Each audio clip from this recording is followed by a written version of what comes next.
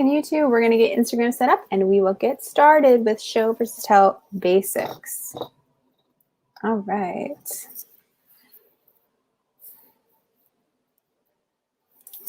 Hi, Instagram. We are live here on Instagram over here and Facebook and YouTube over here. Today, we're going to go over some show versus tell basics. So I've done kind of show versus tell overview in the past, or show versus tell, just different things. But I thought I would go back to the basics today so that we can talk about all the different concerns we have with show versus tell, and to kind of give you an overview, a little refresher, if you will, so that you can start using show versus tell in your books right away. So, yes. Okay, here we go. So the first thing I wanted to talk about is what show versus tell is. Basically, show versus tell, sometimes it's called show not tell or show and tell, which isn't really accurate. But anyway, when you're writing a book, you want to show the reader what is happening instead of telling them. So there's certain ways that this shows up. One example that I always like to use is, instead of telling the reader that your character is nervous, you want to show them that the character is nervous by describing their mannerisms, their facial expressions, the things that they say, and the way that they say them. So for example, if, and this gets into point of view, but we'll talk about that in a minute. If your character is viewing another character, so your point of view character, I guess we'll talk about it now, so it makes sense.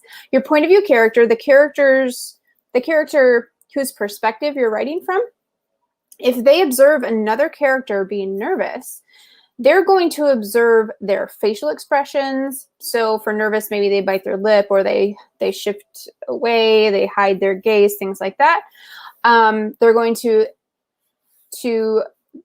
describe their mannerisms, the way that they're acting. So like they shift their weight is a popular one if they're embarrassed, or maybe they turn away.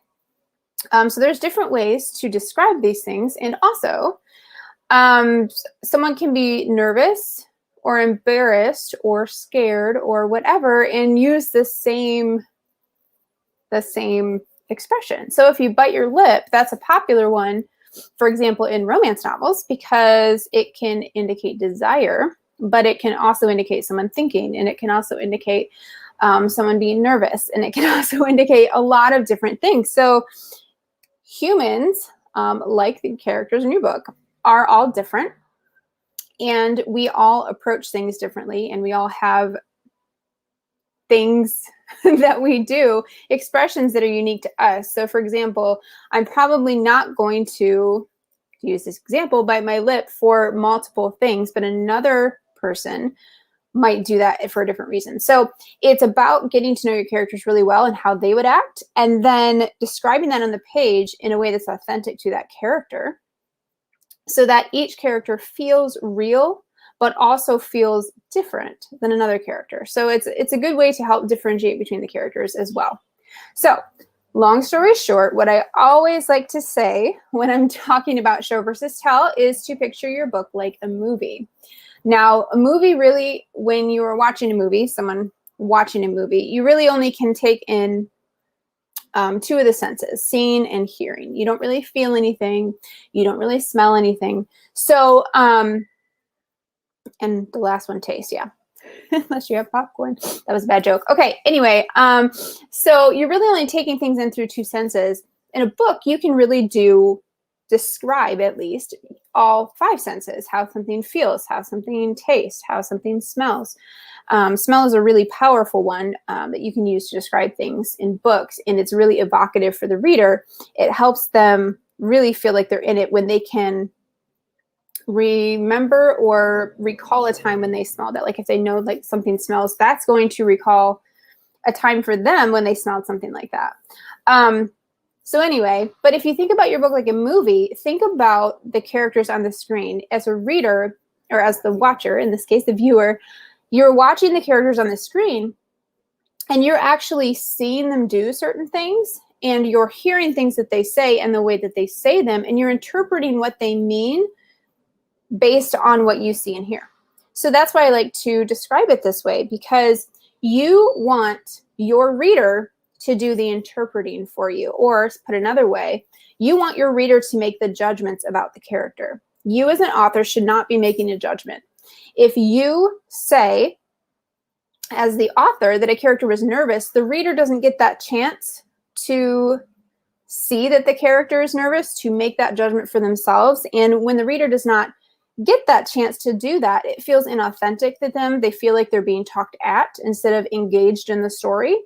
And then they're ultimately not going to be as interested in your story, and they might even stop reading. So it's a really important thing to get to understand when you are trying to engage your reader in the story. If you want them to keep reading, want them to write a book they actually just can't put down and they stay up late at night or whatever, or they read really quickly, whatever your objective is, you want your reader to really connect with it. And the best way to do with that is to use show versus tell. It helps engage the reader.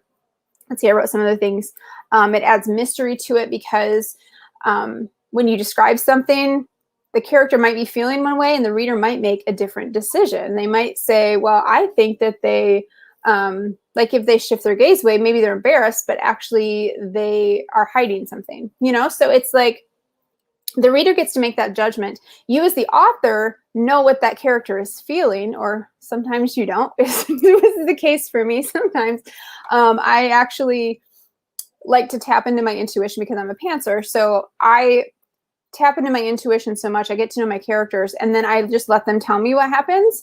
And sometimes I don't even know. Sometimes they say things and I'm like, I don't know what you're hinting at, but we're going to find out together. So it's just part of my process. But you as an author, eventually I know what they were thinking once I write the book and I figure it out. But the reader might not know that, and that's okay, because in real life, when we are experiencing the world and conversating, is that a word? Conversing with other people, we are making those same judgments subconsciously. We don't even know that we're doing it, but we are communicating with people. And as we communicate, we're taking in their facial expressions. We're taking in the way they say things. We're taking in all of this information about this person, and we are making judgments about them. Now, judgment seems like a harsh word, but it's really just kind of the way the human brain works. Like, we are trying to determine, first of all, if they're safe, if this is a safe relationship. But also we're just trying to kind of get a read on their thoughts on things. If we would relate to them well, or how well we relate to them. Just different things we're trying to understand. And that's why this show versus tell concept is so powerful in your book, because when you use this concept the right way, now granted, not every single word that you have is going to be showing. Sometimes you do a little bit of telling in books, but that's part of the learning process and learning how to use show versus tell effectively. It's always about, learning the rules so you know when to break them. So sometimes, like, you will pick up my books and, well, I've gotten better at show versus tell over time too, but you would even pick up my latest books, and there will be probably an instance or two of telling that you will find in the book. But sometimes they're in there for a very specific purpose, and that's part of the writing process and part of the fact that writing is an art and not a science. Even though there are not really scientific, but there are craft elements to it which you can learn. Okay, so if you are wondering if you are showing and not telling in your manuscript, or if you're wondering if you're telling, these are a few things that you can look for that will key into you, that make you question, well, maybe I'm telling here and not showing. And then you can rework the sentence to make it more showing. Yeah.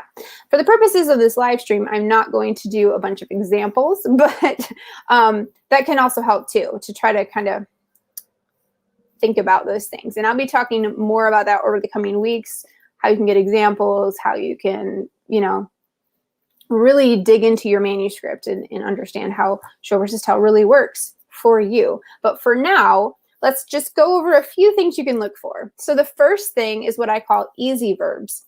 So these, for example, walked would be a good one. Looked, said, asked.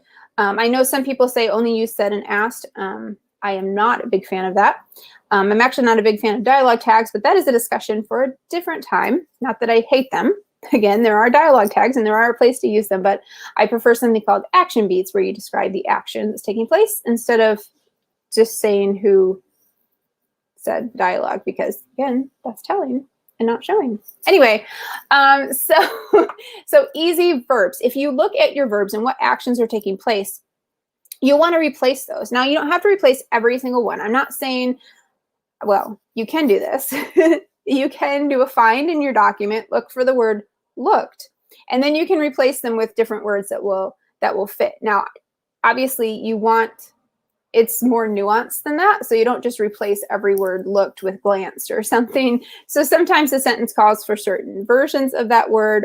You can always use a thesaurus to come up with different words for the word looked or walked. Like walked is not very descriptive. That's why I call it an easy verb. Looked is not very descriptive.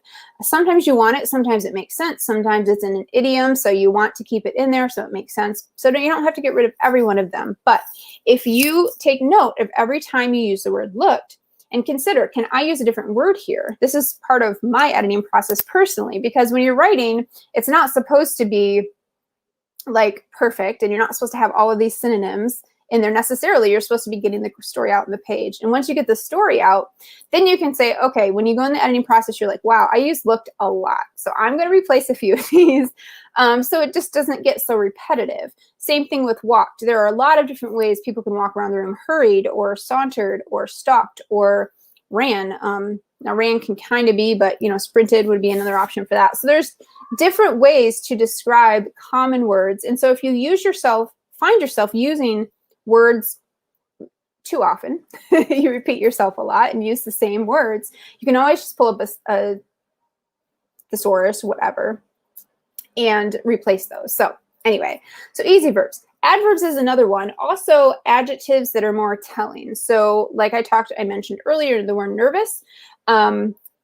See, I have a few other. Scared is another one. So you don't want to describe that someone is scared. You don't want to tell them that they're scared. You want to describe to the reader that, that they're, how they look when they're scared. So sometimes people's face turn white, or their eyes get really big, or they run away, or whatever it is. So, all right, so I'm going to pause right here just to remind you guys, if you have any questions, please feel free to ask.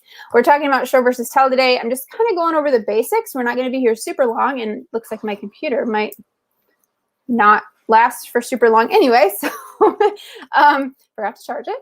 But yeah, so we're just covering show versus tell. So if you have any questions about anything I'm talking about, or just anything about the writer life, feel free to leave those questions, and we can talk about those once I'm done with this part of the presentation. So, okay, so another thing to look for, like I said, is adjectives. Adverbs, sorry. So these can end in ly, and they commonly do. And for the most part, you want to get rid of adverbs if you can. Now, I like to say there's an exception for time-oriented adverbs. So I like to use the word suddenly or slowly, but you have to be careful with slowly because you typically can replace it. So when you're looking at adverbs, think about the other words in the sentence, specifically the verbs, and how you can change the verb to eliminate the adverb. So, and of course, the adverb adds to the verb. That's the name. That's how it got its name. So, I'm trying to think of an example. The reason I say suddenly is okay is not all the time, because you can definitely overuse it, but I like to use it to create shock in the reader, like especially if you start a sentence with it, like suddenly this happened, or in the next second, or something that creates urgency in the reader, and it helps with pacing. But for the most part, if you say someone walked slowly, you could replace that with they sauntered, and then you don't need the adverb. Do you see what I mean? So that's kind of how you would eliminate. You're looking for that easy verb, which is walked, and then you see the adverb slowly, and then you can combine those. Use the word sauntered, which would work so much better and is much more evocative to the reader. And then you can replace that adverb so that your adverbs can be intentional. Instead of having a manuscript chock full of adverbs, you can make sure that everyone that you do have and that you do retain in the editing process is purposeful and intentional. Okay, so what else are we looking for? Like I mentioned before, judgments. You want to make sure that the reader is making the judgment. So you as the author are there to describe what is happening using all the senses as much as possible, but specifically sight and hearing. Sight's probably the most common one, and that's usually the one that I come up with, and then I have to add in the other senses in the editing process, because that's not really how my brain works while I'm drafting, but that's okay. That's what the editing process is for. But use all the senses. Try to describe what is actually happening. Like I said, think of your book as a movie. If you're thinking of it as a movie, you're describing what's going on in the screen. You're describing like the way that someone says something, or, you know, just you're describing everything going on. And you don't have time to make those judgments for the reader, so that the reader can actually make those judgments for themselves. And then they will feel engaged in your book, and they'll want to keep reading because they relate to your book as naturally as they do in real life. So it feels real to them. And that's why books are so powerful, and why people say, you know, they have book hangovers or whatever, because they are so engaged in the book, because it interacts with them just like they interact with the real world. And so it feels real to them, even though, I mean, on a conscious level, they know it's not real, but it feels real. All right, so what else do I want to say about this? Yes, we talked about point of view a little bit ago. I'm just going to touch on it because it's important. When you're in fiction, when you are writing from one person's point of view. Now, granted, there are multiple points of views in books. So points of view in books. So you're not, the whole book doesn't have to be from one perspective, but it should be, each section or chapter, or however you decide to delineate it, should be from a specific character's perspective. Now, there are exceptions if you want to do a narrator or whatever, but typically modern books are written from the perspective of a point of view character. You can get as close to the characters you want, or as far away. I like to think of it as like a camera zooming in or out. So by the way I mean close is you can simply describe what the character is experiencing, and there's kind of like a wall. You can also describe what the character internally is experiencing. That really helps the reader connect to that character. And so I do recommend getting as close to this character as you can. Talk about their internal dialogue. Put that on the page. You know, the things that they're feeling. So if the POV character itself is nervous, what are they experiencing? They're experiencing things that other people can't see. So the POV character probably would feel like their heart thumping, or their stomach clenching, or even feeling nauseous, or whatever it is, to just how they would feel internally, that feeling that they're getting based on whatever's happening in the book. So it's really an interesting way to describe feelings for the reader. So anyway, I hope that made sense. Okay, so I think I covered everything that I wanted to cover. I hope it was really helpful today. I hope it was a good show versus tell recap to kind of get your mind in that space. Now, again, a good caveat for show versus tell: it's very good to learn how to do this so your writing improves. But if you are drafting right now, don't feel like you have to go back and redo everything right now. Draft your book, learn what you can, and you can learn different ways of writing. But ultimately, take this information and apply it in the editing process. And then the more you edit, the more you write, you will get to do this more naturally. And then you won't have as much of this to do in the editing process later on. So this is what happened for me in my first book, The Secret of the Codex. When I started drafting it, I had no clue about the writing craft. I didn't know anything about it. And then I found a writing craft book, and I read it about halfway through my novel. And I didn't go back and rewrite it. Eventually I did. In the editing process, but I just kept going from where I was. But my writing improved so much that my dad, who was reading each chapter as I got it done, he was like, "What happened? This is like different writing. This is a lot better." It's because I read a writing craft book, and I applied the show versus tell concept. It was really just like one chapter in this book, but it like blew my mind. And ever since then, I've been like, this is like my favorite subject to talk about. I love to dig into it and how it affects really every aspect of your book. It really does. It affects pacing and characters and world building and point of view, like we talked about. It really encompasses all of your book. So that's why I am working on something coming up very soon. I'm going to announce it probably next week for a mastermind coming up all about show versus tell, but also how show versus tell covers your whole manuscript. It's going to teach a lot about the writing craft. So if you're interested in that, you can go to the link in my bio, author resources, I think. But yeah, I'll make sure that there's a good link in my bio so that you can sign up for the wait list so that you can find out all about what's coming up. It's going to be really fun. I don't have all of the details mapped out just yet, but it's going to be a really good program that'll help you, give you like that personal help that you would need so you can ask questions, and it's just going to be a really good time, and probably almost definitely in a live format because I love this. I love live training, so that's kind of the format it'll be in, but over time too, so there'll be more than one. So it's going to be really fun. I hope you will sign up for the wait list, and then you'll be the first to hear once I announce it and get all the information on that, because I'm getting all the details worked out. I'm going to be talking about that very soon. All right, so thank you for coming. Thank you for listening to my TED Talk on Show versus Tell. Just kidding. But I hope it was really helpful. So if you ever have any questions, feel free to comment on any of these or DM me on Instagram, even on Facebook. Just feel free to ask. I'm always here to help. All right. Bye, Facebook and YouTube. We'll talk later.